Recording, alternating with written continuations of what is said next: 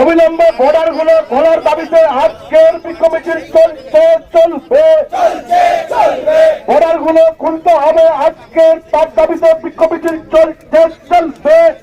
নেই দরকার, প্রশংসারী সরকার, নেই দরকার, প্রশংসারী সরকার, নেই দরকার, নাটকবাজির সরকার।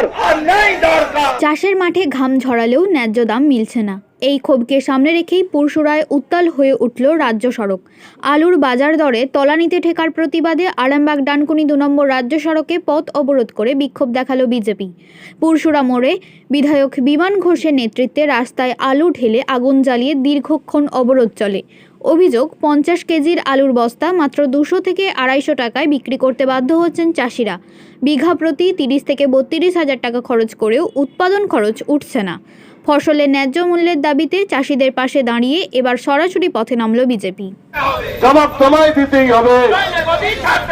ভারত মাতা কি, ভারত মাতা কি। আজকের কৃষি বাঁচাও কৃষক বাঁচাও কর্মসূচিতে দলে দলে যোগ দিন। কৃষি বাঁচাও কৃষক বাঁচাও কর্মসূচিতে দলে দলে যোগ দিন। আজকের কৃষক বন্ধুদের স্বার্থে ভারতীয় জনতা পার্টি রাস্তায় লড়বে। আরে কৃষক বন্ধুদের স্বার্থে ভারতীয় জনতা পার্টি রাস্তায় লড়বে। দিনের পর দিন কৃষকরা আত্মহত্যা করছে কেন, মুখ্যমন্ত্রী জবাব দাও। দিনের পর আলুর দাম বাড়ছে না কেন, মুখ্যমন্ত্রী জবাব দাও। জবাব তোমায় দিতেই হবে, জবাব তোমায় দিতেই হবে। আজকের কৃষি বাঁচাও কৃষক বাঁচাও কর্মসূচিতে দিনের পর আলুর দাম বাড়ছে না কেন, মুখ্যমন্ত্রী জবাব দাও। জবাব তোমায় দিতেই হবে, জবাব তোমায় দিতেই হবে। রাজ্যের কৃষক ভাইদের স্বার্থে ভারতীয় জনতা পার্টি লড়বে। কৃষক বন্ধুদের স্বার্থে ভারতীয় জনতা পার্টি লড়বে। চাষিরা যখন চাষ করতে যায় তখন সারের দাম, আলু বীজের দাম কড়া দামে কিনতে হয়। কেননা তৃণমূল কংগ্রেসের মাথায় হাত দেওয়া কিছু দালাল তারা কালোবাজারি করে এই দামগুলো বৃদ্ধি করে। সুতরাং চাষিরা চড়া দামে কেনে, আর যখন আলু বিক্রি করতে যাচ্ছে তখন দেখুন 250 টাকা বস্তা। এই দ্বিচারিতা চাষিরা যাতে আলুর দাম পায়, বর্ডার যাতে তাদের খুলে দিতে হয়, তারই প্রতিবাদে আমরা 1 কিলোমিটার মিছিল করে এসে পুরসুরা মোড়ে প্রতীকে একটা পথ অবরোধ করেছি। তো এই পথ অবরোধ সাময়িকভাবে যদি আলুর দাম বৃদ্ধি না হয়, চাষিরা যদি আলুর দাম না পায়, আগামী দিনে আমরা পুরোপুরিভাবে রাস্তা অবরোধ করে দেবো। সমবায়ের মাধ্যমে রাজ্য সরকার বলছে আলু কেনা হবে। এসব নাটকবাজি ছেড়ে দিন, এসব নাটক অনেক দেখেছি। আলু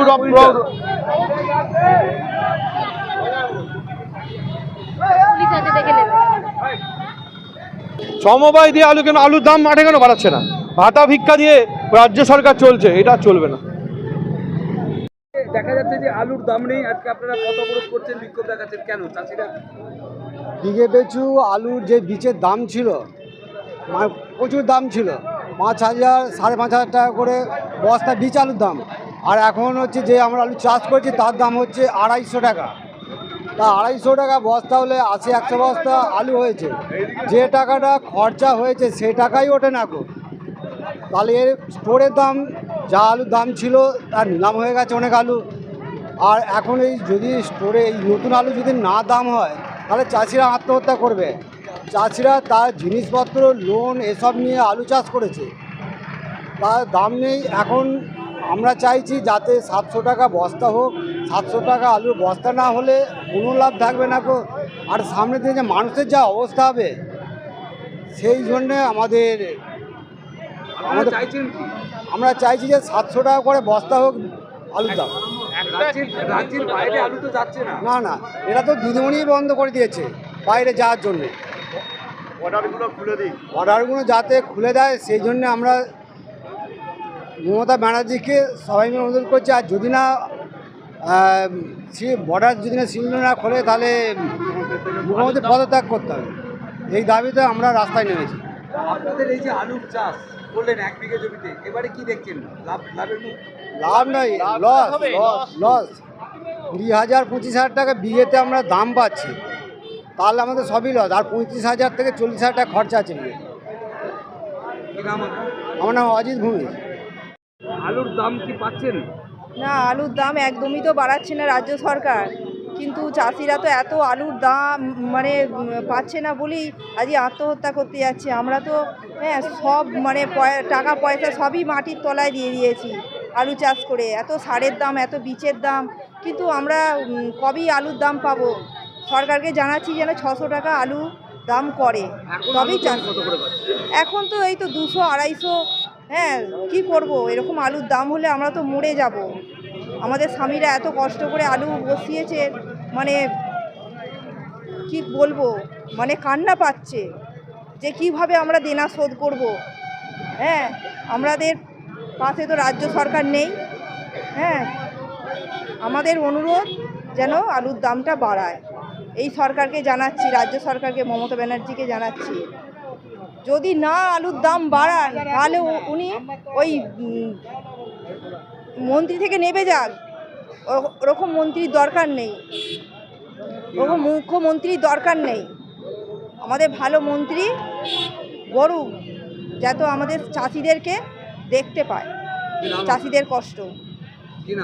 আমার নাম রূপসী যাদব, হরিণাখালীতে বাড়ি, কেলেপাড়া অঞ্চল। এবার হাতের কাছেই মিলবে অত্যাধুনিক ও নির্ভরযোগ্য স্বাস্থ্য পরিষেবা। আরামবাগ, খানাকুল ও পরশুরা থানা এলাকার মানুষদের জন্য এক বড় সুখবর। খানাকুলের সেকেন্দারপুরে গড়ে উঠেছে একটি আধুনিক ও সুসজ্জিত nursing home, lifeline health care. Director Sanjay Palu. এই নার্সিংহোমে রয়েছে 24 ঘন্টা রোগী দেখানোর ও ভর্তি করার সুব্যবস্থা। সঙ্গে রয়েছে বিনামূল্যে অ্যাম্বুলেন্স পরিষেবা। অভিজ্ঞ পরিষেবা ও যত্নশীল ব্যবস্থাপনায় আপনার সুস্থতার নির্ভরযোগ্য ঠিকানা লাইফলাইন হেলথ কেয়ার। যোগাযোগ 9735481158 7432984404।